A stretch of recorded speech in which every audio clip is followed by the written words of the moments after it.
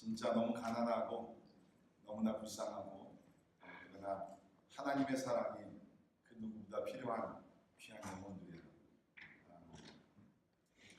우리 성경을 보게 되면 하나님의 소원이 분명히 나와 있어요.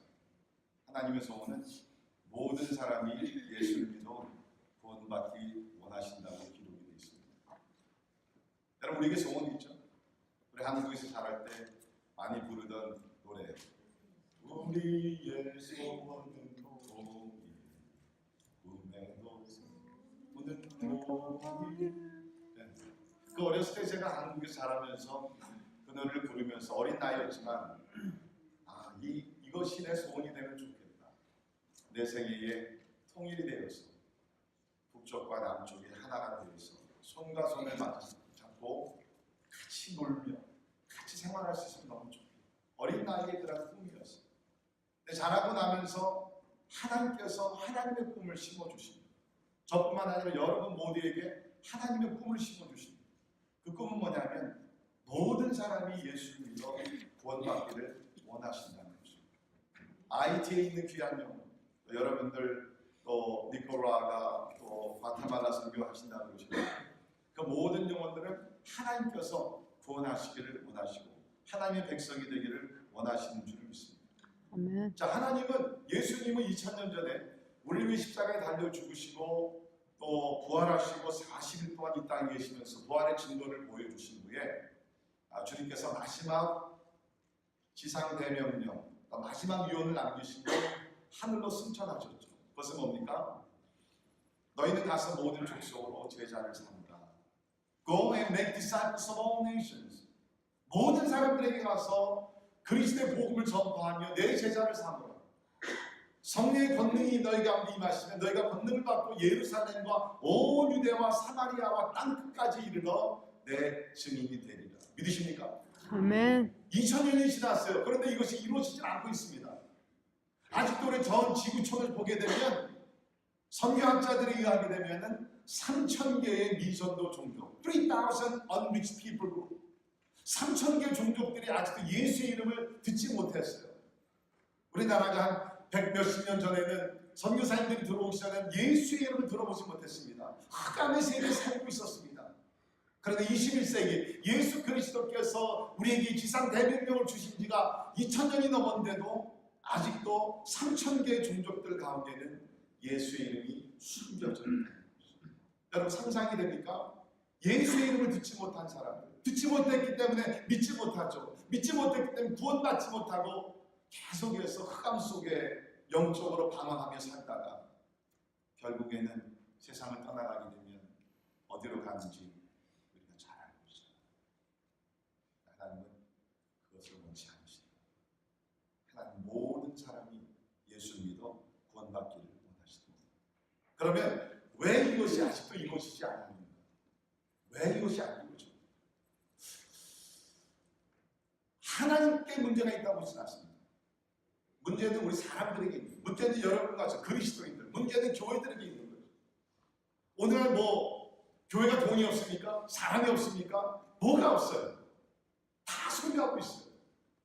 교회들이 연합하고 이 일에 우리가 헌신한다 그러면 우리 세대에 우리가 모든 사람들에게 복음이 전파되며 모든 종족들에게 복음이 전파되며 예수 그리스도의 이름이 우리 세대에 임하게 될 줄을 믿습니다. 아멘. 가능한 일이에요. 가능한 일이에요.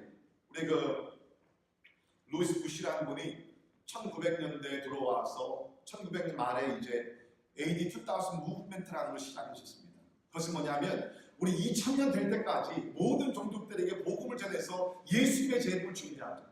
네, 제가 내일 말씀드리겠지만 마태복음 24장 14절에 이 천국 복음이 모든 민족이 증거되기 위하여 그렇게 되면 끝이거든요. 재림하신다는 것이에요.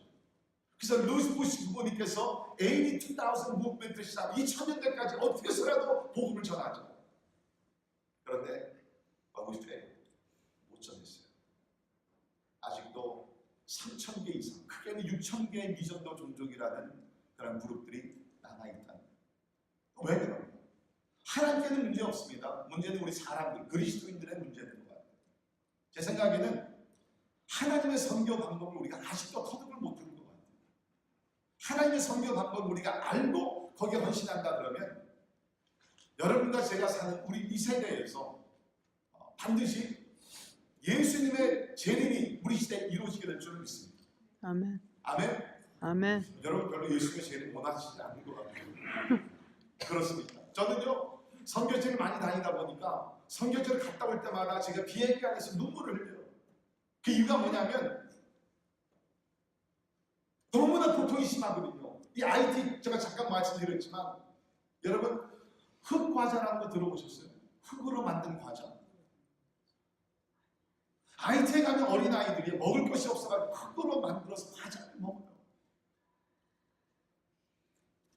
대부분의 사람들이 하루에 한 끼도 못 먹어요. 우리는 하루에 3끼 먹던 그 부족에서 4끼, 5끼 먹잖아요. 그런데 거기 있는 사람들은 하루에 한 끼도 제대로 못 먹어요. 저는 그런 고통스러운 모습들을 보면서 주님 재림 빨리 좀 재림하시면 좋겠습니다. 왜 그래요? 우리가 구제하는 것도 한계가 있고 그렇죠? 결국에는 뭡니까? 여러분 이 세상에 유토피아라는 것은 없습니다. 지상천국은 없어요.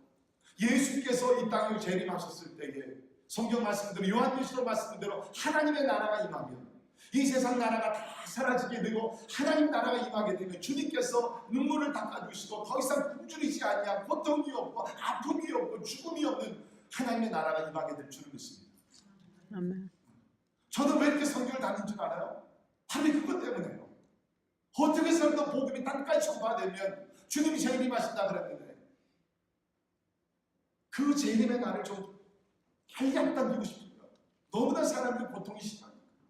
너무나 고통이 심하니까. 오늘 말씀을 통해서 하나님의 선교 방법을 우리가 배워서 진짜 하나님께서 우리에게 맡겨주신 그 복음의 사명 우리가 여기서부터 이 지역에서부터 시작해서 땅끝까지 나가는 그 선교적인 사명을 감당할 수 있기를 바랍니다. 자, 우리가 본문 말씀 보게 되면 몇 가지 선교 방법을 배우게 되는데 첫째는 하나님은 번영이 아닌 핍박이라는 방법으로 선교하십니다. 번영이 아닌 It's not prosperity that God uses, but actually it's the persecution that God used to advance His kingdom. 우리는 돈이 많아야지 뭐 선교할 것 같죠. 보통 우리 교회에서도 선교합시다 그러면 한쪽에서 목사님 우리 재정이 지금 바닥이 났는데요. 물론 돈이라는 것이 있으면 뭐 좋죠. 할 수 있는 일들도 많이 있습니다. 그러나 성경을 보게 되면 선교라는 것은 우리 2000년 동안 보게 되면 항상 핍박이라는 그러한 환경 속에서 핍박이라는 도구를 통해서 하나님께서 선교를 하셨다는 것입니다. 자, 오늘 말씀 보게 되면 상황이 어떻습니까? 1절을 보시면 사울은 그가 죽임 당함을 마땅히 여기더라. 어저께 제가 사울에 대해서 말씀드렸는데 회심하기 전에 사울이 그리스도인들을 잡아 죽였습니다. 거기 있는 말씀을 보게 되면 그날에 예루살렘에 있는 교회에 큰 박해가 있었다. Great persecution. 보통 박해가 아니라 Great persecution. 굉장히 큰 박해. 사람들이 people were dying left and right. 막 죽어나가는 매일같이 수교사들이 나오는 것이에요. 큰 박해가 이루어졌어요. 자, 그런데 보십시오. 1절을 보면 그날에 예루살렘에 있는 교회에 큰 박해가 있어 사도 외에는 다 유대와 사마리아 모든 땅으로 흩어지니라. 자, 한쪽에서 핍박이 있습니다. 박해가 있었습니다. 그런데 사도 외에는 다 유대와 사마리아 모든 땅으로 흩어지니라. 여러분, 사도행전 1장 8절이 뭡니까? 뭐예요? 사도행전 1장 8절. 오직 성령이 너희가 임하시면 너희가 권능을 받고 예루살렘과 온 유대와 사마리아와 땅끝까지 이르러 내 주인이 되리라. 자, 그런데 이 말씀이 기록되기 전까지가 보면은 복음이 그냥 예루살렘 주변에서만 머물렀어요. 오순절에 성령을 받아가지고 방언을 하고 나가서 병을 고치고 막 기적들이 일어나고 역사들이 많이 일어났는데 그것까지는 좋았는데 예수님은 이 복음이 예루살렘부터 시작해서 조금 그 넓은 지역의 유대 지역으로 가고 그것이 사마리아로 퍼지고 그 다음에 땅끝까지 나가기 원하는데 복음이 예루살렘 주변에서 멈추는 거예요. stayed in Jerusalem. 하나님의 마음이 너무 답답하셨어요. 그렇게 땅까지 나가라 그랬는데, 사마리아로 좀 올라가라 그랬는데 예루살렘 성도들이 움직이질 않는 거예요. 무슨 찬송을 부르면서 나는 결코 변치 않으리라. 나는 결코 움직이지 않겠습니다. We shall not be moved. 하나님은 움직이라는 거예요. 흩어지라는 거예요. 근데 교인들은, 예루살렘 교인들은 오늘 교인들과 같이 모이기는 힘을 썼는데 흩어지는 것을 원치 않습니다. 근데 하나님은 사마리아에 있는 사람들 구원해야 되거든요. 로마에 있는 사람들 구원해야 되거든요. 마게도냐에 있는 사람들 구원시켜야 되겠거든요. 고린도에 있는 사람들도 구원시켜야 되겠거든요. 근데 사람들이 움직이질 않는 거예요. 그래서 하나님께서는 핍박이라는 도구를 사용하셔서 교인들을 흩으십니다. 그러니까 여기 보면 다 유대와 사마리아와 모든 땅으로 흩어집니다. 저들이 무슨 선교대회를 해가지고 선시다음에 내가 사마리아로 가겠습니다. 내가 땅끝으로 가겠습니다. 내가 아프리카로 가겠습니다. 내가 조선으로 가겠습니다. 그게 아니라 핍박이 임하니까 생명을 보존하기 위해서 저들이 흩어지는 거예요. 그러면서 이제 그때 예수님께서 우리 보고 유대로 가라 그랬지, 사마리아로 가라 그랬지, 우리가 지금 어디 있는가? 내가 사마리아에 와 있는데 여기서 복음을 전해야지. 하나님은 번영이 아니라 핍박이라는 도구를 통해서 예수 그리스도의 복음을 전파하고 계시다. 사실 이거는 예수님부터 시작한 것입니다. 예수님께서 핍박을 받으시면서 십자가에 달려 죽으시면서 구속의 역사를 이루어 주셨습니다. 여러분 생각해보세요. 하나님의 아들, 우리가 아는대로 예수 그리스도는 전능하신 하나님의 아들 하나님이십니다. 믿으십니까? 아멘. 그렇다 그러면 십자가에 죽지 않더라도 왜 우리를 구원하지 못하겠어요? 그러나 우리는 창세기부터 보게 되면 죄를 범한 다음에 하나님의 구원의 방법은 한 가지입니다. Somebody has to pay the price. 누군가는 값을 지불해야 되는 거예요. 누군가는 피를 흘려야 되는 것이에요. 그래서 구약에서는 흠도 없고 깨끗한 양들이 인간들을 위해서 희생양이 됐습니다. 그런데 신약에 와서는 하나님의 아들 예수 그리스도께서 죄인들을 위해서 희생양이 되셔서 피를 흘리시면서 우리 위해 십자가에 죽으셨습니다. 그리고 우리를 구원하신 것입니다. 그분을 따라가며 그분께서 행하신 모든 복음 사역을 우리가 하기 위해서는 예수님께서 생명을 바쳐서 희생하신 것과 같이 우리도 이제는 핍박이라는 환난이라는 이러한 값을 지불하면서 예수 그리스도의 복음을 전해야 된다는 것입니다. 여러분, 저는 특별히 이제 그 중국에 1년에 한 4번 들어가서 기아교회에 들어가서 복음을 전합니다. 근데 제가 중국을 다녀올 때마다 생각하는 것이 있어요. 그 생각은 이겁니다. 누가 진짜 복된 사람인가? Who are the really blessed men? 누가 진짜 복된 사람인가? 우리 생각에는요, 우리는 이제 미국이라는 나라에서 종교의 자유를 누리면서 편안하게 우리 신앙생활 하지 않습니까? 진짜 성경적으로 봤을 때 진짜 이런 환경에서 사는 사람들이 복받은 사람인가? 아니면 무슬림 국가나 공산 국가나 환난과 핍박을 받으면서 그 가운데 타협하지 아니하고 예수 그리스도를 위해서 생명을 바치며 찬양하며 기도하며 전도하는 사람들이 복받은 사람들입니다. 성경은 누가 복받았다 그래요? 그리스도를 위해서 핍박을 받는 자들이 복되도다 말씀하십니다. 예수님의 말씀이십니다. 팔복 중에 마지막 복이 뭐예요? 그리스도를 위해서 핍박받는 자가 복이 있다는 거예요. 그러니까 저는 그 성경책을 다녀올 때마다 그런 생각을 하는 거예요. 진짜 누가 복을 받은 사람들인가? 이런 것을 알기 때문에 사실 이런 핍박을 받는 성도들은요, 절대로 목사님 미국에 돌아가시면 우리가 핍박을 받지 않도록 기도해 주세요. 그런 기도 요청 안 합니다. 그들의 기도 요청은 뭐냐면요, 목사님 미국에 돌아가시면 우리가 진짜 주님의 십자가를 지고 끝까지 믿음 포기하지 아니하고 예수 이름 포기하지 아니하고 죽는 순간이 있다 할지라도 신앙을 지킬 수 있도록 기도해 주십시오. 하나님은 번영이 아니라 환난과 핍박을 통해서 예수 그리스도의 복음을 증거하고 계시다는 것입니다. 물론 오해하지 마십시오. 그러면 우리가 일부러 핍박을 찾아가야 되느냐? 그것은 아닙니다. 그러니까 제가 오늘 드리고 싶은 말씀은 뭐냐면 하나님께서 우리에게 물질적으로 축복하시고 번영케 하시고 우리에게 자유를 주시고 한다 할지라도 우리가 그 가운데서 믿음이 약해지지 말고, 그렇죠? 믿음 게을르지 말고, 우리가 신앙생활을 하는 것의 궁극적인 목적이 이 세상의 편안함이 아니라, 믿으십니까? 편안함이 아니잖아요. 예수께서 언제 누구에게 야 나를 따르면 내가 편안하게 해줄게, 주님 언제 그러셨어요? 주님 절대로 그런 약속 안 하셨어요. 나를 따라가는 아무든지 자기 주님을 따라가기 위해서 자기를 부인하고 자기 십자가를 지고 날마다 나를 따라. 이게 주님을 따르는 길이에요. 여러분, 우리가 무슨 기복주의나 이런 데 잘못 빠지지 말기를 바랍니다. 진짜 신앙길을 걸어가는 사람은 뭡니까? 예수를 위해서 핍박을 받고 예수를 위해서 고난을 받으며 살아가는 것이죠. 여러분, 중국이라는 나라, 여러분이 아신 대로 문화혁명이 일어나게 되면서 많은 핍박을 받았고 또 한 20년 전만 하더라도 진짜 가난하고 힘들게 살았던 곳이 이 중국이라는 나라입니다. 제가 처음에 이제 그 중국에 95년부터 이제 들어갔는데 그때는요 진짜 중국이 가난했습니다. 그리고 그 당시에는 대부분이 이제 그 지하교회, 가정교회라는 것이 대부분이 시골에 많이 있었습니다. 그래서 시골에 가서 복음을 전하며 또 집회를 하다 보면 진짜 가난했어요. 그래가지고서 장작을 떼가지고서 겨울에 가게 되면 장작을 떼가지고서 온돌방을 만들고 밥을 짓고 그러면서 집회를 하게 됩니다.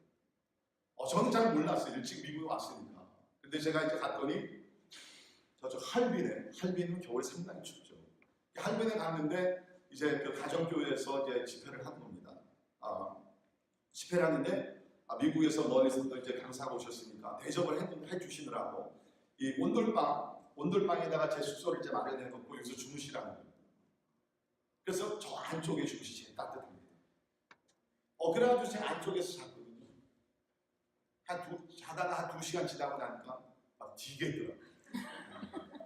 여러분들 옛날에 장작대에서 사시던 분 기억나십니까? 저는 몰랐는데 그게 장작을 제일 불이 세게 해야 되면요 바닥이 막 진짜 딜 것 같아요. 너무 놀랐어요. 뿐만 아니라 그때는요 이 그 부엌에 가게 되면은 부엌에 닭장도 있고 소도 있고 염소도 있고 뭐 다 있습니다. 부엌에. 그럼 거기서 같이 먹는. 더 재밌는 것은 뭐냐면 아침이 되게 되면 거기는 이제 주로 밤새 집회를 하고 이제 며칠을 같이 이제 보내거든요. 아침이 되게 되면 이제 일어나서 양치질을 하고 세수를 하지 않습니까? 제가 깜짝 놀란 게 저보고 이제 그래도 거기 이제 가면 선생님이라는 겁니다. 선생님 오셨으니까 따뜻한 물을 데워드리겠습니다. 해가지고서 따뜻한 물을 데워서 옛날에 대야 있잖아요. 대야. 그런 것에다 이제 세수하는 물을 갖고 오시고 갔어요. 그래서 세수를 제가 하고 당연히 저는 이제 세수물을 버리려고 했죠. 그랬더니 선생님 그거 버리면 안 됩니다. 아니 이거 뭐 하시려고 합니까? 이거 다음 사람이 와서 이거 사야 됩니다. 그래서 제가 그랬어요. 아니 그럼 몇 사람이나 세수를 한다면 버립니까? 적어도 20명 세수를 합니다. 근데요 이게요 나름대로 또 이게 철학이 있더라고요. 그래서 제가 나중에 좀 사귄 다음에 조심히 물어봤습니다. 대단히 미안하지만 내가 이해를 못하겠는데 아무리 물이 귀하고 그렇지만 조금 그 위생적으로 이것이 좋지 않지 않습니까? 그랬더니 그분 선생님 그건 몰라서 하는 일입니다. 물이라는 거 원래 흘러내리는 겁니다. 머무르진 않는다는 거예요. 더러운 물을 사는 상관입니다. 여러분 중국이 그런 나라였어요. 어딜 가게 되면요 그냥 그 목욕들을 안 하시니까 그냥 막 겨울에는요 한 4개월 길면 6개월이면 이분들이 내복을 입고 생활을 하십니다. 북쪽 지역에 가게 되면. 근데 이분들이 내복을 입고서요 겨울 내내 샤워를 한 번도 안 하시는 거예요. 여러분 생각해 보세요. 겨울 내내 샤워를 한 번도 안 하시고 내복을 똑같은 것을 6개월 동안 입는다 그러면 냄새가 나겠어요 안 나겠어요? 어떻게 나는 게 아니에요. 제가 지금 두 분들은 인격을 모독한 건 절대로 아니에요. 그냥 현실을 제가 말씀드리는 거예요. 제가 한번 이제 저쪽 내문고 저 안에 가면 치치안이라고 있습니다. 거기 진짜 춥고 막 힘든 지역. 거기 들어가서 집회를 인도하는데 이렇게 그 가정집에서 모여가지고 집회를 하는데 냄새가 너무 나는 거예요. 저는 솔직히 냄새를 잘 못 맡습니다. 무기입니다. 근데 거기가 너 냄새가 너무너무 나. 그래가지고서 옛날식 이제 그 방석, 자부동이라 그러죠. 그 방석을 깔아도 거기를 앉아가지고서 몇 시간씩 착착하고 막 예배를 드리는 거예요. 근데 제가 앉았던 방석에서 냄새가 너무 나요. 그래가지고요, 휴식 시간에 성도들이 밖으로 다 나간 다음에 제가 모든 방에 있는 방석들을 다 가서 냄새를 맡아요. 오 마이 갓. 그 냄새가 제일 적게 나는 방석을 찾아가지고서 거기 앉아서 집회를 했었는데, 아무튼 그렇지만 그렇더라도요, 그 당시 복음의 역사는 놀랍게 일어났습니다. 여러분, 그때는요, 집회를 하다 보면 바깥에 보초병들을 한 대여섯 명씩 세워요. 언제 공안들이 쳐들어올지 모르니까. 그러면은 공안이 온다 그러면요, 이 사람들은 사람은 쫙 흩어집니다. 한 1분 사이에 쫙 흩어져요. 어떤 사람은 뒷문으로 도망가고, 어떤 사람은 지붕에 올라가고, 다 난립니다. 근데 그분들은 다 훈련이 됐어요. 전혀 그 사람들 겁을 안 내요. 그런 시절이 있었어요. 그때는요, 그분들은요, 예수 그리스도를 한 5년 정도 믿으면 당연하게 보따리를 싸고 교회가 없는 마을로 들어가야 합니다. 90년대는 그랬어요, 그분들이. 5년 정도 믿으면 이제는 교회 파송을 받아가지고서, 평신도들도 파송을 받아가지고서 교회가 없는 마을로 들어가서 거기서 살면서 복음을 전하게 돼 있어요. 그러니까 그렇게 가난하고 힘들고 환난과 핍박이 많았지만 그때는 저들의 시장은 뜨거웠어요. 지금은 어떻게 됐어요? 여러분이 아시는 중국이라는 나라가 굉장히 부흥하고 있잖아요. 물질적으로 엄청. 우리 상해 갔다 오신 분들 여기 계실 겁니다. 상해 갔다 오신 분 손 들어보세요. 상해. 여기 몇 분 계시죠? 제가 상해 갔다 오고 나서 무슨 얘기 했냐면 뉴욕 맨하탄 갈 필요가 없다고 했어요. 상해 가면요, 맨하탄보다 10배 이상으로 규모나 모든 것이 엄청납니다. 지금 더 좋아지고 있어요. 그러다 보니까 교회들도 어떻게 됩니까? 이제는 굉장히 막 부유해지는 거예요. 돈이 많은 거예요. 제가 놀랐는데 몇 년 전에 이제 시골에 있는 그 어느 가정교회를 갔는데요. 가정교회니까 한 3, 40명 이렇게 모이는 그런 조그만 집입니다. 말 그대로 가정에 있는 그 교회죠. 갔는데 사회자가 나오는데 그전에는 아무 시설도 없었거든요. 기껏 해봤자 그냥 나무로 만든 강대상밖에 하나밖에 없었어요. 근데 갔더니 사회자가 나오는데 이거를 끼고 나오는 거예요. 아니, 가정집에서 집회를 하는데 왜 이게 필요한지 모르겠어요. 그것도 좀 좋은 거, 활발기가 좋은 건 모르는데 막 소리도 찌찌찌찌 나는데도 그러면 이게 좋은 거 이게. 지붕을 보니까 저게 달려있어요. 프로젝터가 달려있는 거예요. 전혀 필요가 없는데 그 전에는요, 그분들은 성경도 그렇고 찬송도 다 외워서 불렀습니다. 근데 저게 생기고 나서부터는 우리도 마찬가지죠. 찬송을 외우지도 못합니다. 요사이는 이제 다시 핍박이 있고, 이제 여러분이 아신 대로 시진핑 정권이 들어서게 되면서 이제 환란이, 핍박이 또 지금 강하게 불어닥치고 있습니다. 저는 좋은 것이라고 저는 봐요. 중국 교회를 이를 위해서는 지금 핍박이 오는 것이 저는 참 좋다고 생각합니다. 어렵지만 저도 2001년도에 들어가서 복음 전하다가 잡혀봤지만 핍박은 감옥에 가는 것이 힘들고 어려운 것을 알지만, 그러나 교회가 핍박을 당하게 되면 분명한 것은 깨끗한 게 정말입니다. 금 같은 신앙을 갖게 될 줄을 믿습니다. 아멘. 최근에 제가 어느 기사를 보니까 현재 지금 많은 핍박이 일어나고 있는데 그 가운데 어떤 청년이 이런 얘기를 했어요. 여러분이 아시다시피 지금 중국에서 2,000개 교회 이상 십자가를 다 허물고, 어느 지역에는 교회 건물 자체를 그냥 다이나마이트를 써가지고 폭발을 시켜버립니다. 거기는 불가능한 것이 없는 나라니까. 지금 그러한 환난과 핍박이 불어오고 있는데, 이 어떤 청년이 이런 얘기를 했어요. 들어보십시오. 이러한 중국 정부의 종교 탄압에 의해 중국 교회 성도들이 감옥에 가기도 하고 선교사들이 쫓겨나는 것을 보기도 했다. 어쩌면 이 일로 위축되는 자도 있을 것이다. 그러나 우리는 이것이 하나님께서 중국교회 성도들이 스스로 리더십을 가지고 이곳을 책임져야 할 때임을 말씀하시는 것이라고 생각합니다. 지난 몇십 년간 외국에서 선교사들이 많이 들어가, 한국에서 선교사들이 많이 들어갔습니다. 좋은 것도 있지만 나쁜 것도 많이 있었어요. 물량 선교라는 가운데 그전에는 하나님을 바라봤거든요. 근데 이제는 선교사를 바라봅니다. 어느 선교사가 돈을 더 줄까?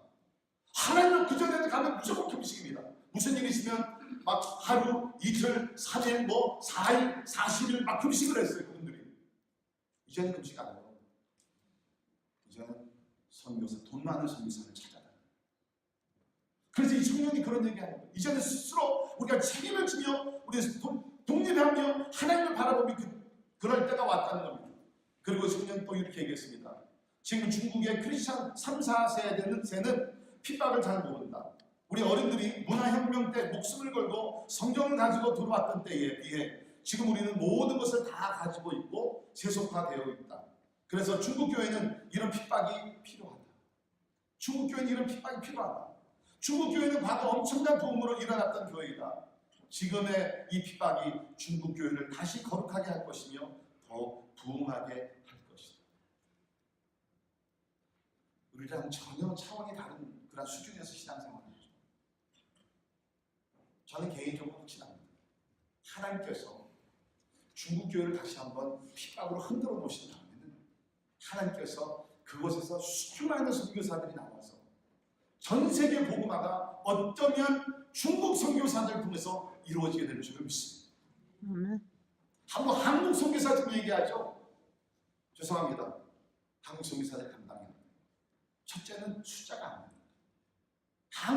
한국 나라에서 지금 12만 명을 선교사 파송한다 그러지만 지금 안 나오고 있어요. 근데 중국 교회는 숫자가 엄청납니다.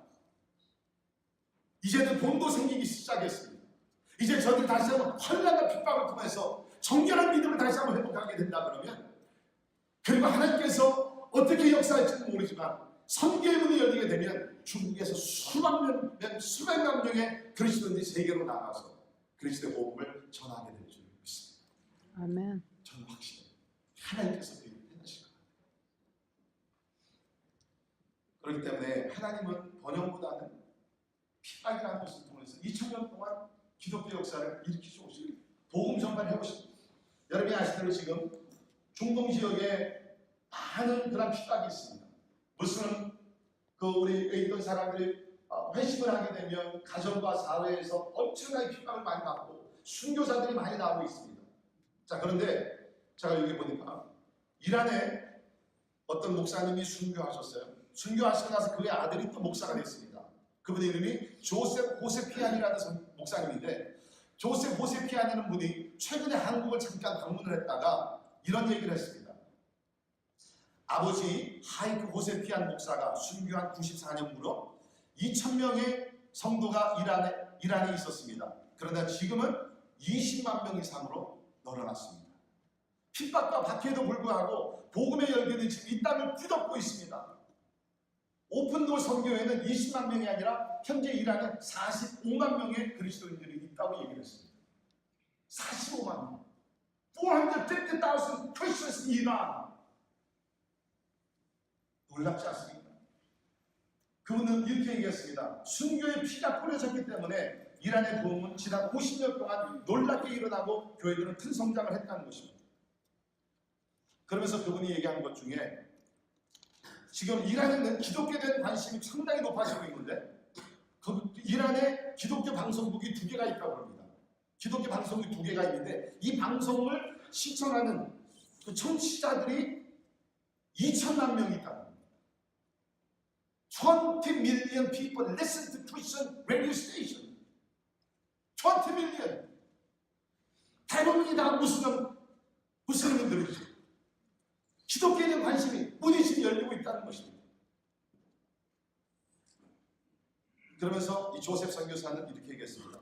교회 성장은 항상 핍박받는 현장에서 나타나며 십자가를 지고 따르라고 하신 예수님 말씀처럼 핍박받는 교회들과 관여하는 것을 두려워하지 마시고 우리의 축복의 통로가 되어 주십시오. 환난과 핍박 가운데 복음은 홀라피고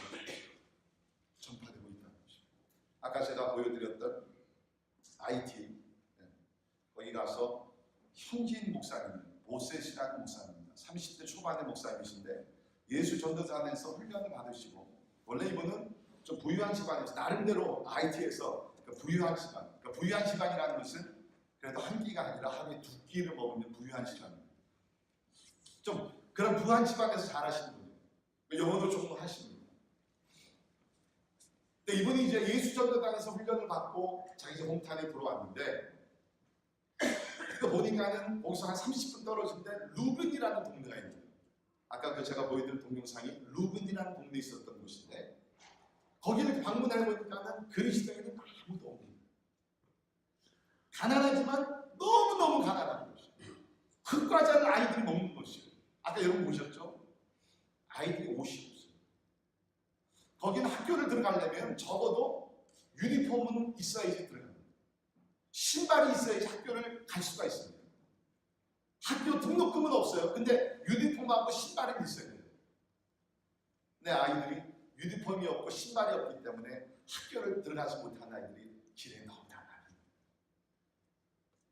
그러니까 이 보셋 목사님이 너무 안타까워서 하나님께 기도하고 있어요. 하나님, 내가 저 아이를 그냥 버려둘 수가 없습니다. 뭔가는 해야 되겠습니다.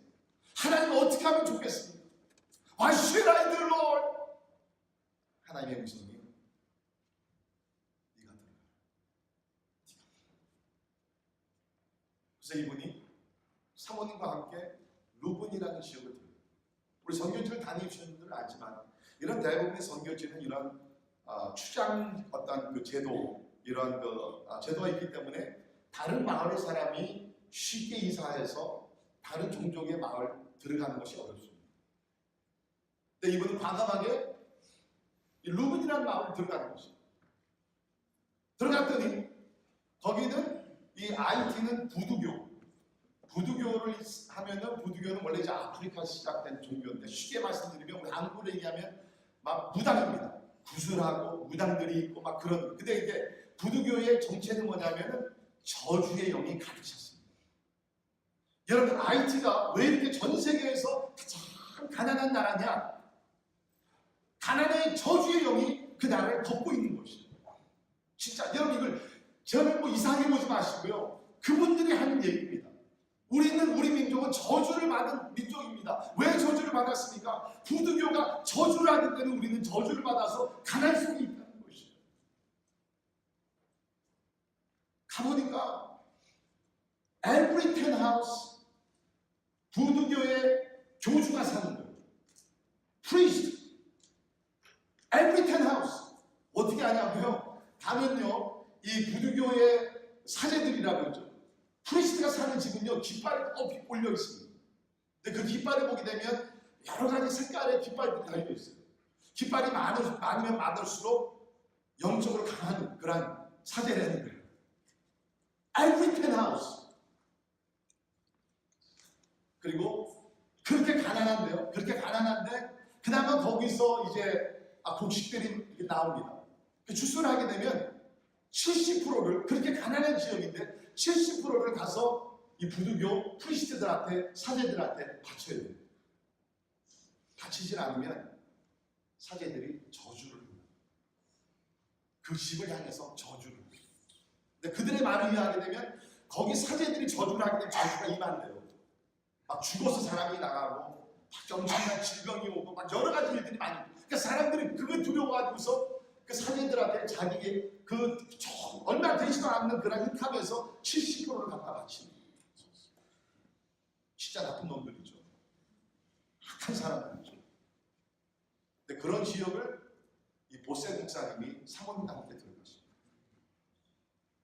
들어가니까 뭐 호텔이 있습니까? 뭐가 있습니까? 아는 사람도 없고. 그러니까 그냥 마당에서 조그만 텐트를 치고 이분이 이제 생활을 시작하시는 거예요. 그래서 거기서 이제 찬양하고 그냥 두 분, 목사님 네 분이 찬양하고 기도하고 시작을 해요. 그랬더니 그 부두교의 사제가 찾아와 당신들 뭐 하러 왔느냐? 나는 개신교의 목사인데 난 이곳에 교회를 개척하기 위해서 왔다. 그랬더니 너는 절대로 개척할 수가 없다. 내가 이 지역에 영적인 지도자로 내가 허락을 하지 않으면 너는 절대로 못한다. 근데 그 목사님이 아니요, 하나님이 나를 보내셨습니다. 하나님께서 나를 이곳에서 교회를 개척하게 하셨습니다. 당신이 나를 못 받지 못하죠. 그때 그분이 그 사제가 그래? 마음대로 해보라. 그분한 사제가 돌아가서 사람을 돈으로 고용을 해가지고서 이 목사님 죽이기 위해서 사람들이 몇 명이 온 거예요. 처음에는 겁박하고 협박을 하고 그 다음에 말을 듣지 않게 진짜 이번에는 총을 가져가서 목사님의 목에다가 총을 댔대요. 너 나가지 않으면 죽는다. 그 목사님이 우리는 죽을 각오를 하고 이 시험에 들어온다. 그랬더니 고용해가지고서 이제 뭐 깡패 같은 사람들이죠. 근데 너 죽일 수밖에 없어. 야, 또 행키하고 죽이라. 방아쇠를 당겼대요. 분명히 그 총 안에 총알이 있었는데 방아쇠까지 당겼는데 총알이 아닙니다. 하나님께서 막으신 줄 믿습니다. 아멘. 그 사건이 일어나니까 사제가 놀라는 거예요. 아니 어떻게 분명히 총알이 있었는데 어떻게 이게 총알이 나가지 않는, 분명히 저들이 믿는 여호와, 저들이 믿는 예수께서 우리의 신보다 더 강한 것 같다. 그러면서 그곳에서 교회를 시작하게 해줍니다. 할렐루야. 아멘. 뭐 제가 지금 시간이 없어 그 이야기를 다 말씀은 못 드리지만 그런 환난과 핍박을 받으면서 그곳에 들어가서 교회를 개척하시고 학교를 지금 세워가지고서 이 학교에 지금 어린아이들이 300명이 있어요. 근데 300명이 있는데 가서 보니까 학교는 어떻게 살아도 있지만은 먹을 게 없는 거예요. 먹을 게. 그래서 우리 저희 교회에 연상형 집사님이라고 그 여기 오늘 동서 되시는 분이 여기 와 계시는데 그분 부부가 그 IT 선교에 대한 보고를 듣고 너무 마음이 아파한다고. 우리는 여기서 이렇게 잘 먹고 편안하게 살고 있는데 그 아이들이 하루에 한 끼도 제대로 먹지 못하고 그게 너무나 마음이 아프고 이 부부가 기도하면서 하시는 목사님, 우리가 다른 것도 못하지만 그 300명의 학생들에게 적어도 하루에 한 끼는 좀 먹이면 좋겠습니다. 계산을 해보니까 한 달에 한 1,000불 있으면 300명의 학생들이 일주일에 5번 학교에서 한 끼를 먹을 수 있는 거예요.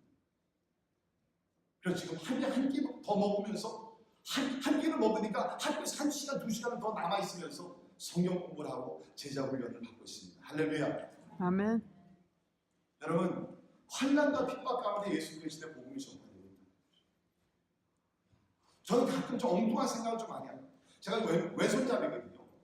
왼손잡이들은요, 이 뇌의 오른쪽을 쓰게 됩니다. 오른손잡이들은 뇌의 왼쪽을 쓰고 왼손잡이들은 뇌의 오른쪽을 쓰는데 이쪽에 굉장히 좋게 얘기하면 창의력, 크리에이티비티, 창의력의 어떤 그런 파트가 여기 있대요. 엉뚱한 생각을 제가 좀 많이 합니다. 제가 어떻게 생각하냐면 우리가 미국의 어떤 영적 부흥을 부르시고 있지만 미국의 영적 부흥이라는 것은 어떻게 오느냐? 환난과 핍박으로 옵니다. 네.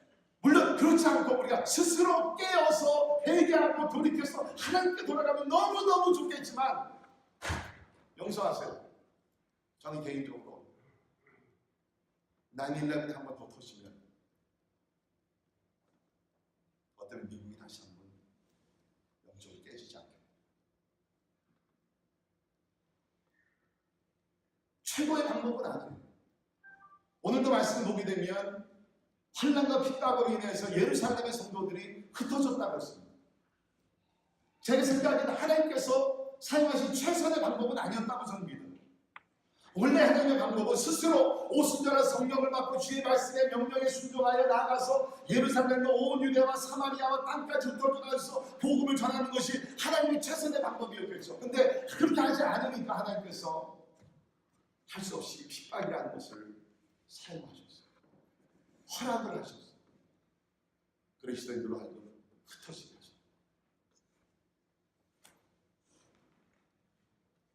하나님은 번영이 아니라 때에 따라 환난이라는 핍박이라는 도구를 사용하셔서 예수 그리스도의 복음을 전하셨습니다.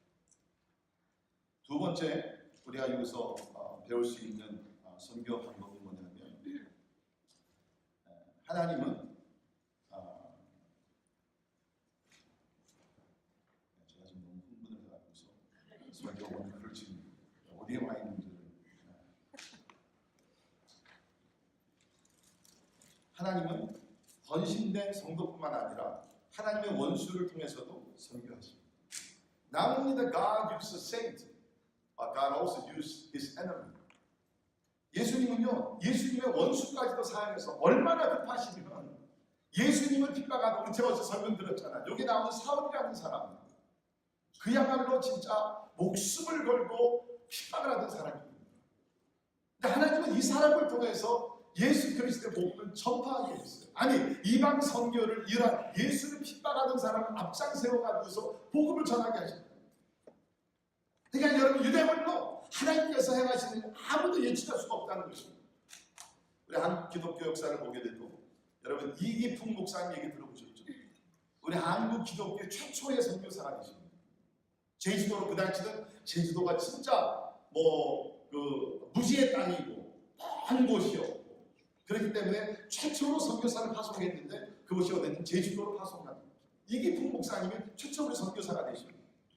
이분이 원래는 여러분이 아시는 마페 선교사를 그렇게 괴롭혔어요. 돌을 던지면서 상처를 입히고 뿐만 아니라 복음 집회를 하게 되면 그렇게만 방해를 놓고 엄청난 그냥 추락을 메꿨다고 합니다. 근데 하나님께서 주의 손이 함께 하셔서 이기풍 목사님을 붙드시고 처음엔 이분이 성경을 나누는 또 성경을 파는 일을 하셨다고 합니다. 그러면서 복음을 전파하기 시작하셨는데 결국에는 이제 제주도로 파송을 받게 되면서 가는 길에 먼저 목포에 도착을 했는데 풍랑이 너무 심하고 그래서 할 수 없이 가족들을 남겨두고 제주도로 혼자 들어가셨다고 합니다. 제주도에 들어가서 복음을 전하시다가 관절염, 귓병 등 여러 가지 심한 몸이 앓게 되면서 할 수 없이 서울로 올라와서 요양을 좀 하셨다고 합니다. 서울로 돌아오셔서 잠깐 요양을 하고 나서는 그 당시에 아무도 가지 아니하던 여수군 남면 우항리라는 그런 작은 섬에 들어가서 복음을 전파하셨고 몸이 역시 연약했습니다. 그러다가 일제시대를 맞이하게 되면서 신사참배를 강요하자 이기풍 목사님은 미제 스파이라고 몰아붙였다고 합니다. 미제 스파이. 그러나 그는 신앙을 지키면서 끝까지 신앙을 지키면서 결국에는 신사참배를 반대하다가 1942년 6월 20일 날 주님의 부르심을 받고 소천을 했습니다. 하나님은 착하고 그야말로 디모데와 같이 그냥 조상님 따라서 신앙생활을 잘하고 잘 큰 사람들을 사용하시지만 사울과 같이 예수 그리스도의 원수된 사람들도 하나님 사용하셔서 선교를 하신다는 것입니다. 그러니까 여러분 주변에 지금은 예수를 부인해요. 예수님을 핍박해요. 그리스도를 핍박해요. 교회를 핍박해요. 그렇다 할지라도 어떠면 저들 가운데 제2의 제3의 사도 바울이 나올 수 있는 줄 믿으시기 바랍니다. 아멘. 이게 하나님의 역사입니다. 세 번째 우리가 본문 말씀을 통해서 이룰 수 있는 하나님의 선교 방법은 하나님은 목사, 선교사뿐만 아니라 평신도들을 통해서도 전도와 선교를 하신다. 혹 우리가 잘못 생각하면 전도 선교는 목사님들이나 선교사님들 하는 거지 나 같은 평신도는 나는 가만히 있어도 돼. 그렇지도 않습니다. 여러분 오늘 본문 말씀을 보게 되면 사람들이 흩어지기 시작해서 사마리아 성으로 들어갔죠. 근데 사마리아에 들어가서 누가 복음을 전했냐? 빌립이라는 사람이 복음을 전하게 됩니다. 빌립은 오늘날 얘기하면 집사급이었어요. 평신도였어요. 근데 빌립이 들어가서 복음을 전하게 됐는데 가서 더러운 귀신들도 쫓아내고 그 기적들도 많이 일어나게 됩니다. 저는 여러분의 교회 성도님들께서 평신도들께서 이러한 권능을 받아서 나아가서 마귀도 쫓아내고 병든 자들 쫓아내고 살아계신 하나님을 증거하는 능력 있는 증인들이 되기를 주의 이름으로 축원합니다. 아멘. 믿으세요. 믿으십니까? 하나님께서 나를 통해서 할 수 있다는 믿으시기를 바랍니다.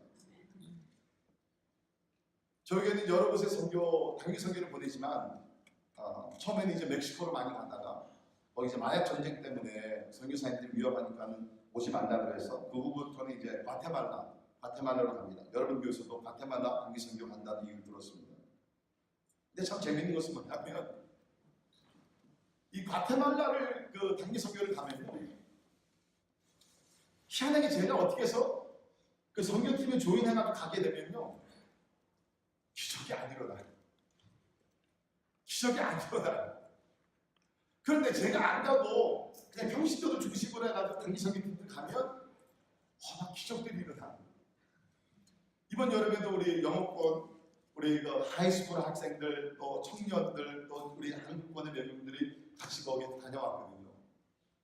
근데 기적들이 막 일어나는 거예요. 앉은 데니까 일어나고, 진짜 듣지 못한 사람이 듣게 되고, 귀신 들린 사람이 쫓김을 받게 되면 하나님의 나라의 임하면서 막 진도하고 오는 거예요. 네, 얼마나 감사한지 몰라요. 아마 하나님께서 우리들에게 주시는 메시지가 있는 것 같아요. 복음 전하는 것은 목사뿐만 아니라 누구든지 예수 그리스도의 이름을 믿고 예수 그리스도를 신뢰하며 예수 그리스도의 이름을 가지고 나가서 담대히 진도하게 되면 모든 사람을 통해서 하나님의 나라가 임하며 마귀를 쫓아내며 병든 자들이 일어나게 될 줄 믿습니다. 아멘. 여러분 진짜 부탁드립니다. 병신도로 남아있지 말고 진짜 여러분, 하나님께서 하늘과 땅의 권세를 우리에게도 주셨는데 예수가 우리 안에 들어왔다는 것은 뭡니까? 하늘과 땅에 계신 권세를 가지고 예수 안에 계신 우리 안에 계신다 그러면 우리가 예수님의 이름으로 나가 진도할 때 병든 자들이 일어나게 될 줄 믿습니다. 아멘. 아마 그런 역사들이 벌써 여러분 교회 가운데서 일어나고 있겠죠. 네, 저희 교회 근처에 뉴저지 주립대학이 있습니다. 워커스 스테이트 유니버시티인데 굉장히 커요. 학교가 한 10만 명이 됩니다. 그런데 그 학교에 전 세계 100개 나라 이상의 그 나라에서 외국인 학생들이 와서 공부를 하고 있어요. More than 100 countries. 외국인 학생들이 그렇게 많아요. 그래가지고 저희 교회가 한 10년 전서부터 한 달에 한 번씩, 어떨 때는 일주일에 한 번씩 나가서 복음을 전했어요. 최근에 와서는 그 새 학기가 시작하기 전에 그 오리엔테이션 위기라고 있죠. 처음에 막 인사 들어오고 막 이제 세를린 하고 한 주간 이제 오리엔테이션 위기 있는데 그 기간 동안에 저희 교회에서 월요일부터 토요일까지 매일 나가서 아침부터 저녁까지 복음을 전했어요. 몇 년 전에 나가서 복음을 전했는데 일주일 동안 만난 사람들이 400명이에요. 400명이 복음을 전했습니다. 그 가운데 100명이 예수 그리스도를 영접했어요. 아멘. 100명이 and within 1 week. 며칠 전에도 우리가 또 한 번 했습니다. 이번에 377명을 만났어요. 여러 사람들이 예수님을 영접했어요. 그리고 이번에 영접하고 나서 그 다음 주일날 저희 교회 예배를 참석을 했어요. 이제는 교회가 가까워졌기 때문에 저는 별로 안 했어요. 뒤에서 기도해주고 훈련시키고 우리 성도님들이 나가서 복음을 전해요. 어떤 집사님 애가 4시에, 여러분 애가 4시면 얼마나 바빠요. 그런데 이분이 막 불타가면서 나가서 복음을 전하는 거예요. 근데 제가 보니까 역시 복음 전하는 것은 말을 좀 잘하시는 분들이, 제가 좋게 심 얘기해서 수당 잘 버시는 분들이 이 복음을 잘 전하더라고요. 그 여자 집사님인데요. 앞서 이거 지금 녹음이 되나 지금? 그분은요 평상시도 만나면요 대화를 하다 보면 90%는 자기 혼자 얘기해요. 여러분 그런 분들 있잖아요. 그냥 그 사람들 뭐 UPS 유난히 피곤한 사람들. 그런데 이분들이요 나가서 복음을 전하면요 진짜 막 그냥 담대하게 상대방이 얘기할 기회를 안 줘버리는 거야. 할렐루야. 반박할 기회를 안 주는 거야. 그냥 따발총으로 계속 그냥. 이야.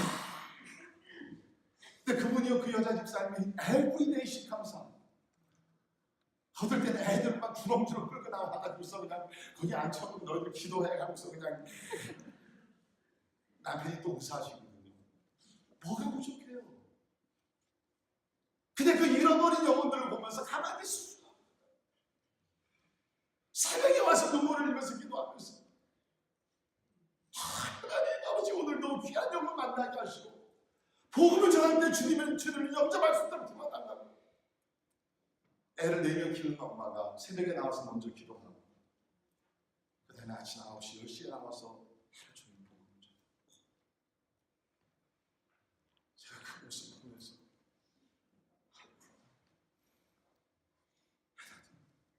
하나님 오시가 얼마나 기뻐하시고 하나님 오시가 얼마나 왜? 성경을 보게 되면 잃어버린 한 영혼, just one soul was lost. 잃어버린 영혼 한 사람만 주님 앞에 돌아오더라도 하늘에서 천국 잔치가 열린다고 그랬잖아요. 아멘.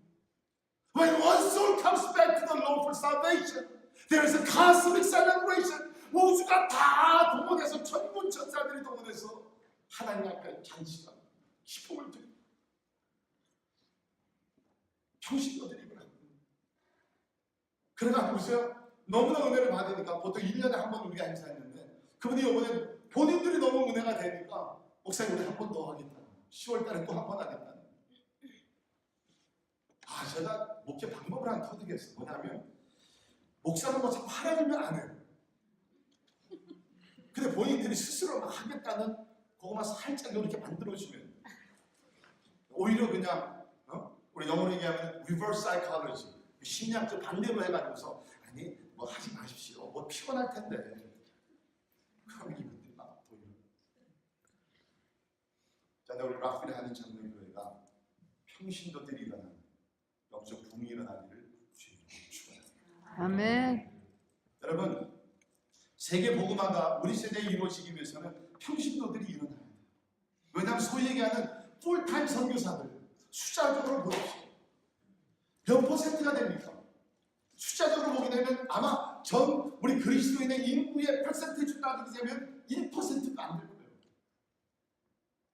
1%도 안 되는 그 숫자를 가지고 전 세계 복음화, 물론 하나님은 하실 수 있지만 인간적으로 우리가 계산을 해보게 되면 This is impossible task. 이건 불가능한 과제예요. 그럼 어떻게 돼야 돼요? 평신도들이 일어나야 돼요. 그럼 여러분 생각, 목사님 그런 내가 사업이고 자녀들 키우다 제가 가라는 건 아니에요. 지금 세계가 변화돼서 어떻게 됐습니까? 여러분이 사시는 바로 이곳이 뭐예요? 선교지. 여러분 지금 미국 안에 얼마 전까지만 하더라도 95개의 미전도 종족이 살고 있다고 했습니다. 미국 땅에 95 unreached people lives in the United States. 근데 어저께 제가 인터넷에 보니까 그 숫자가 좀 줄어들었어요. 아마 이제 복음을 전파되고 그러는 가운데 지금은 한 85개로 줄었거든요. still 여러분께서 조금만 눈을 넓히시면 이 주변에도 미전도 종족들이 있어요. 제가 살고 있는 동네는 프린스턴 주소가 프린스턴인데 지난 한 10년 사이에 인도 사람들이 엄청나게 들어왔어요. 여기도 인도 분이 많이 계시죠. 저희는 어느 정도 많이 들어왔냐면 수도버스가 오잖아요. 그러면 아이들이 이렇게 쫙 나갑니다. 그러면 지금 보게 되면 한 90%가 인도 학생들이에요. 그래서 저는 요새 인도는 안 갑니다. 인도 학생이 여기 왔거든요. 우리 그 에디슨이라는 동네에 미국 전역에서 제일 큰 사원이 있어요. 힌두교 사원이 있어요. 그래서 지금 우리 미국에서는 뉴저지 거기 에디슨 주변에 인도 사람들이 엄청나게 많으세요. 지금 여기가 선교지가 됐어요. 이게 지금 글로벌 체인지예요. 지금 전 세계적으로 변화가 일어나는 거예요.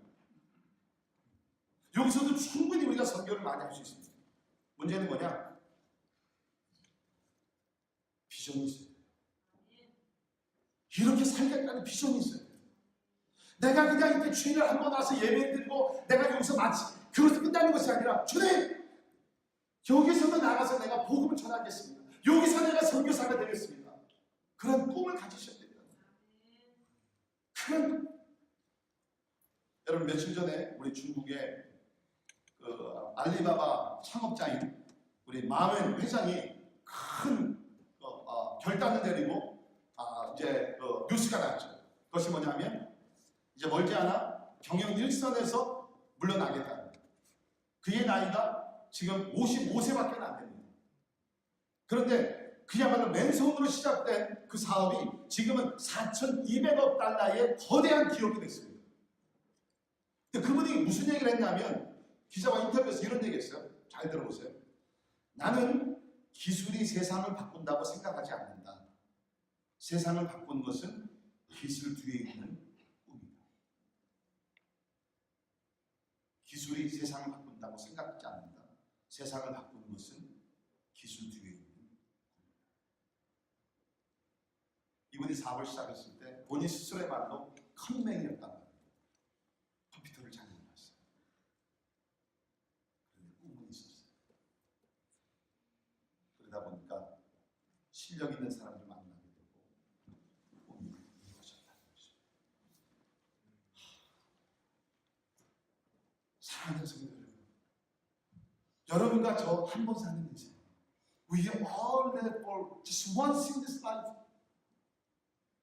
우리 미국에 옛날에 소프 아프라 보게 되면 One Life to Live인가 뭐 그런 게 있었는데 한 번 사는 인생, so true.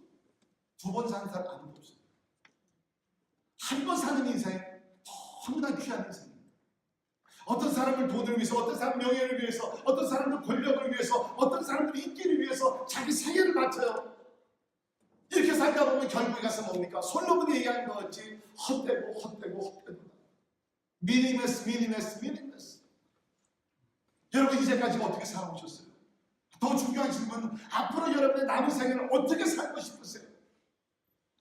Seriously, 진짜 심각하게 What kind of life that you want to live? 저도 이제 내일 모레면은 60. 근데 벌써 70대 대원을 제가 받고 사는 거예요. 제가 얼마 전에 제 아내랑 저쪽에 그 어느 한국 식당이나 냉면 전문집에 갔어요. 그래서 둘이서 더운 날 이제 냉면을 이제 한 그릇씩 물냉면을 잘 먹고 집에 돌아와서 우리 아내가 아주 꼼꼼하거든요. 그래가지고서 오늘 좀 그 식당에서 차지한 거 좀 이상해. 그래가지고서 그 영수증을 본 거예요. 그랬더니 똑같은 물냉면을 먹었는데 가격이 다르게 차지가 된 거예요. 하나는 물냉면 딱 하고 값이 나오고 그 다음에는 두 번째는 경로 물냉면.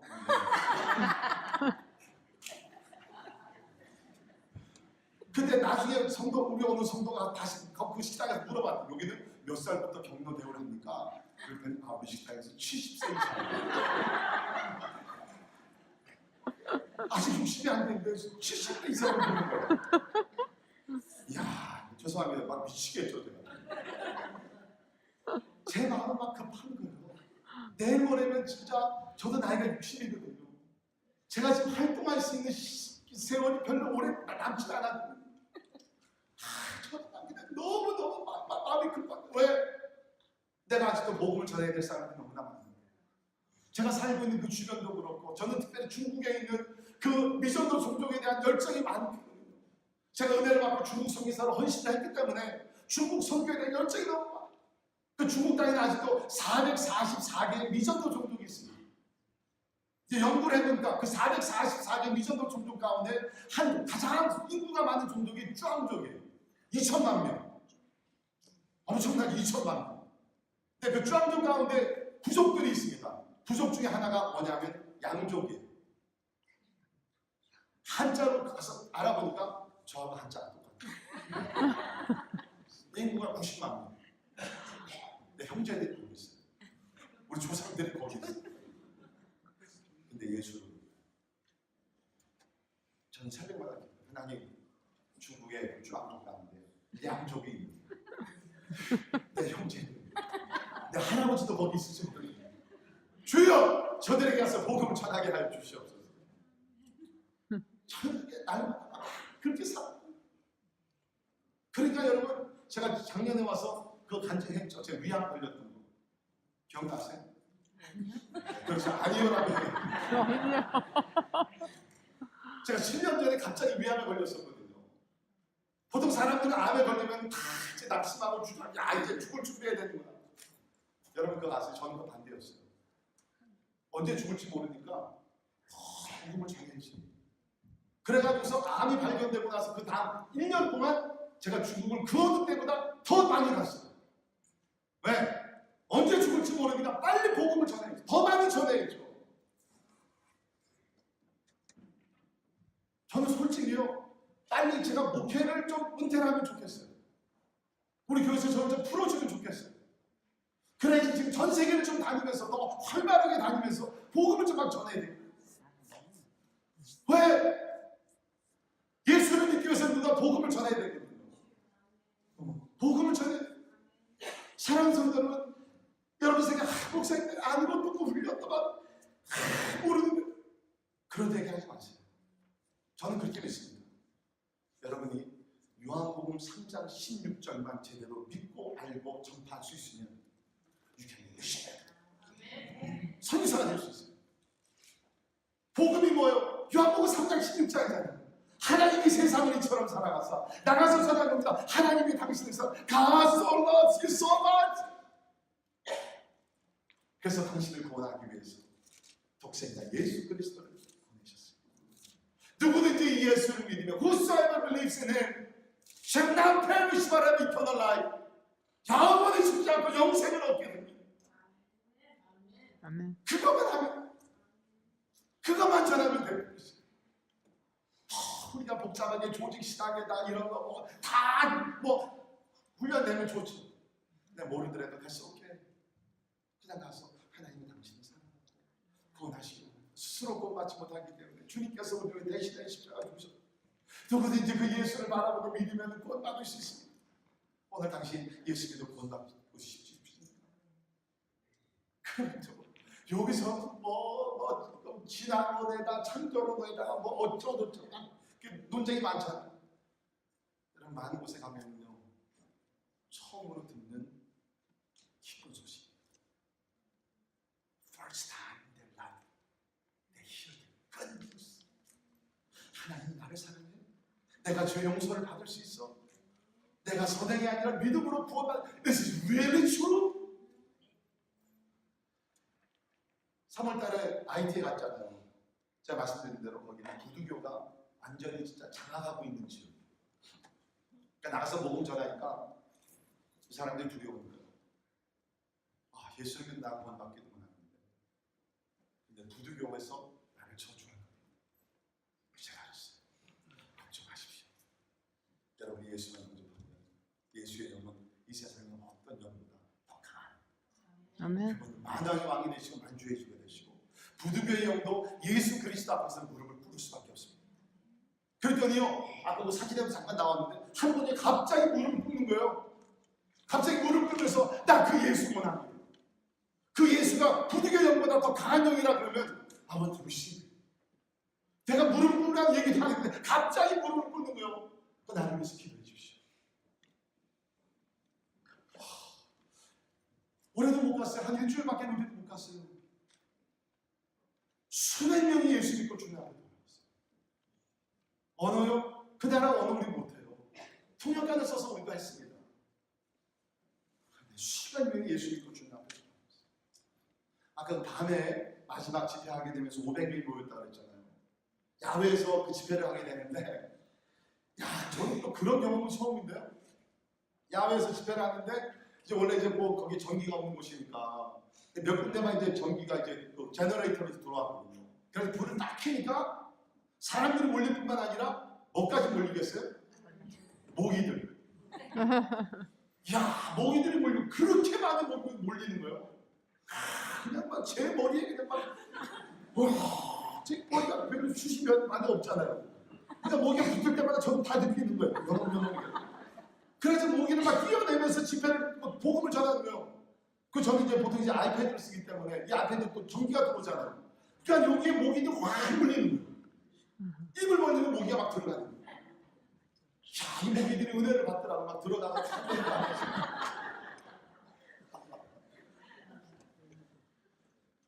야, 그날 밤에 역사가 얼마나 많이 일어나는지 모르겠어요. 야, 하나님이 막 힘주시니까 여러분 진짜 우리 힘으로 못하는 거예요.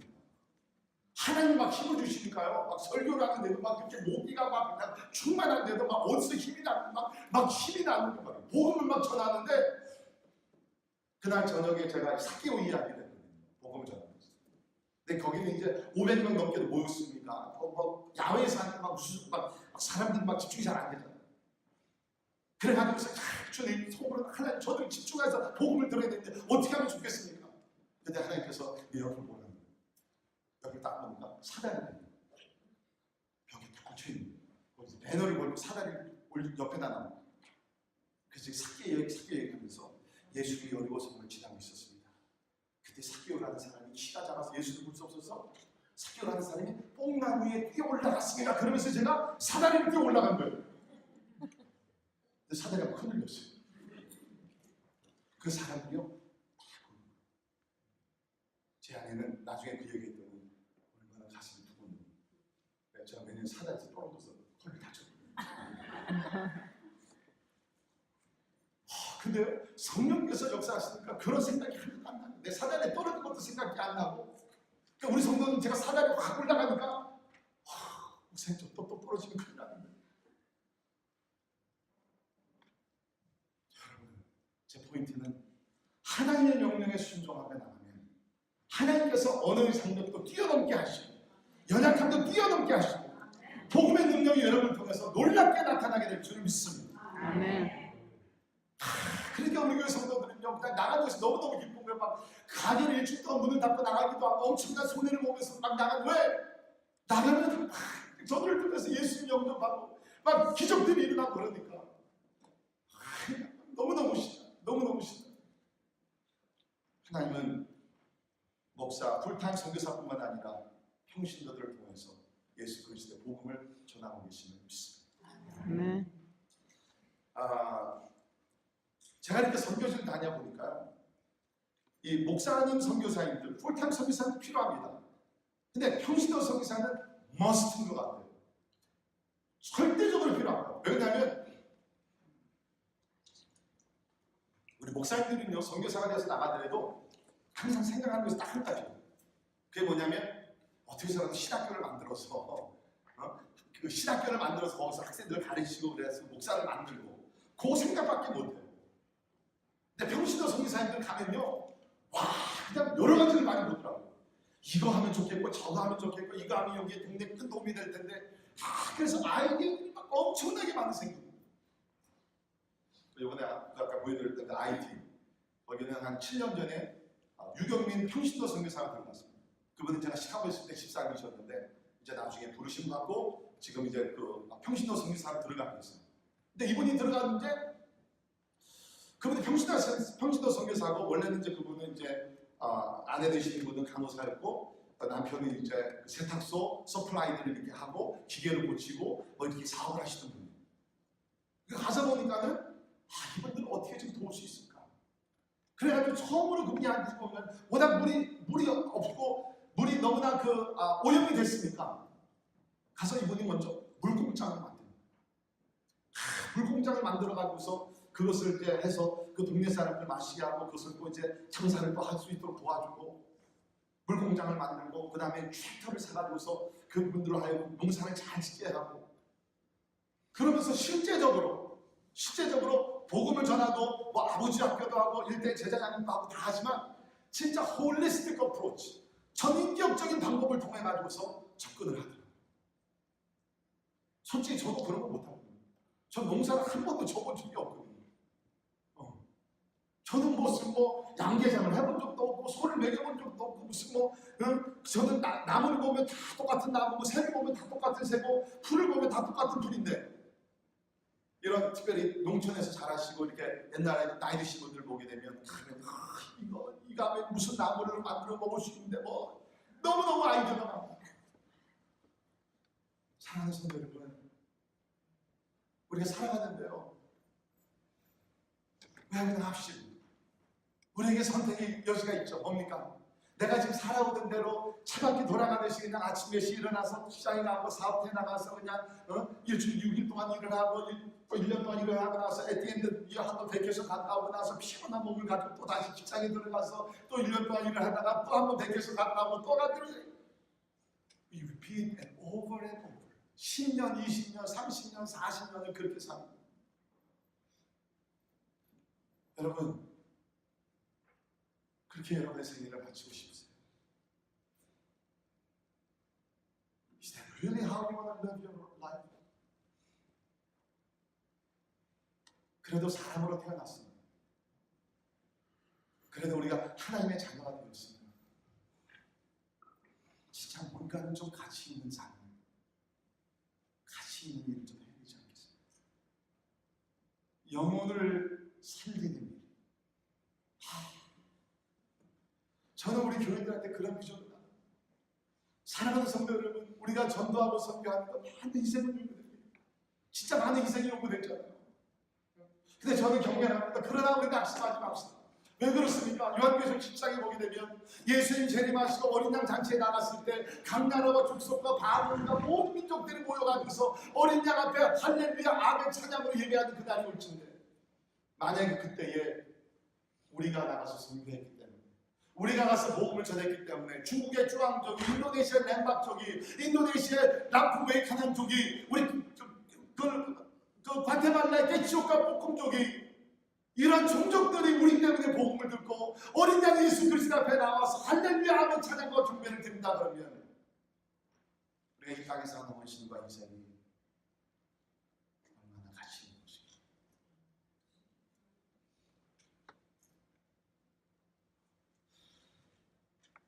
하나님은 쉽게 말씀드리면 모든 사람들을 통해서 예수 그리스도의 복음이 땅끝까지 전파되는 것을 원하시는 줄 믿으시기 바랍니다. 아멘. 말씀에 결론을 내립니다. 선교를 하기 위해서 무엇보다도 항상 먼저 기도해야 합니다. 오늘 새벽에 말씀드렸습니다. 전도자들을 위해서, 전도의 문이 열리기 위해서 여러분 기도하시기 바랍니다. 또한 이곳에서 미셔널 라이프, 선교자적인 삶을 사십시오. 선교사가 뭡니까? 문화를 뛰어넘는 것, 크로스 컬처럴 라이프스타일. 한국 사람이 문화를 뛰어넘어서 일본 사람들과 교제하고, 인도 사람들과 교제하고, 멕시코 사람들과 교제하고, This is missions. 여러분께서 형평상 멀리 가지 못한다 하시라고 이제는 매일 한국 사람들끼리만 모여가지고 살지 마시고 뛰어넘어 보세요. 언어를 한번 뛰어넘어 보세요. 또 다른 세계가 활짝 열려 있다는 것입니다. 타민족들하고 관계를 맺으세요. 저는 앞으로 여러분의 교회를 하나님께서 축복하셔서 멀지 않아 다민족들이 모여서 예배하는 그날이 오게 될 줄 믿습니다. 아멘. 하나님이 원하시는 건 그거예요.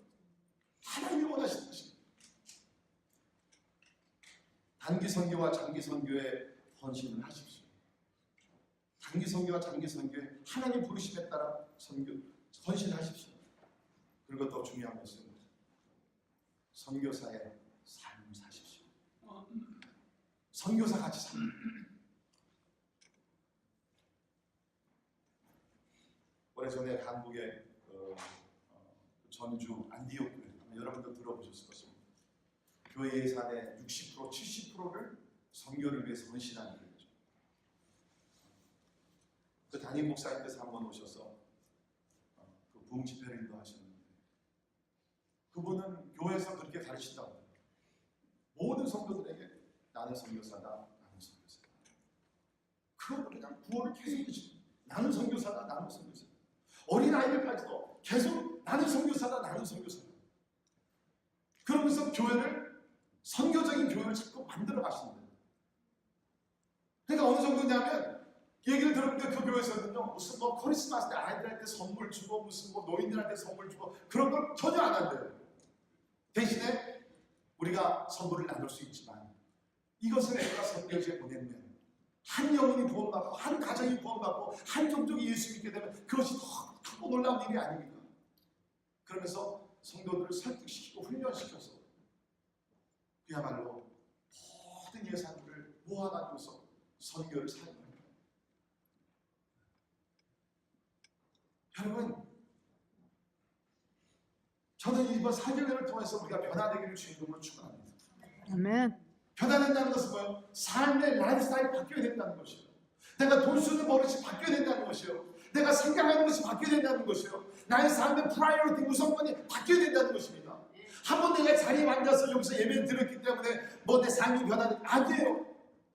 구체적으로, 실제적으로, practically speaking, your priority, your value system, 여러분의 가치관과 우선권이 바뀌어야 된다는 것이에요. 그럴 때 하나님께서 여러분을 통해서 생명의 길이요, 진리요, 생명이 되신 예수 그리스도의 복음이 땅까지 전파될 줄 믿습니다. 아멘.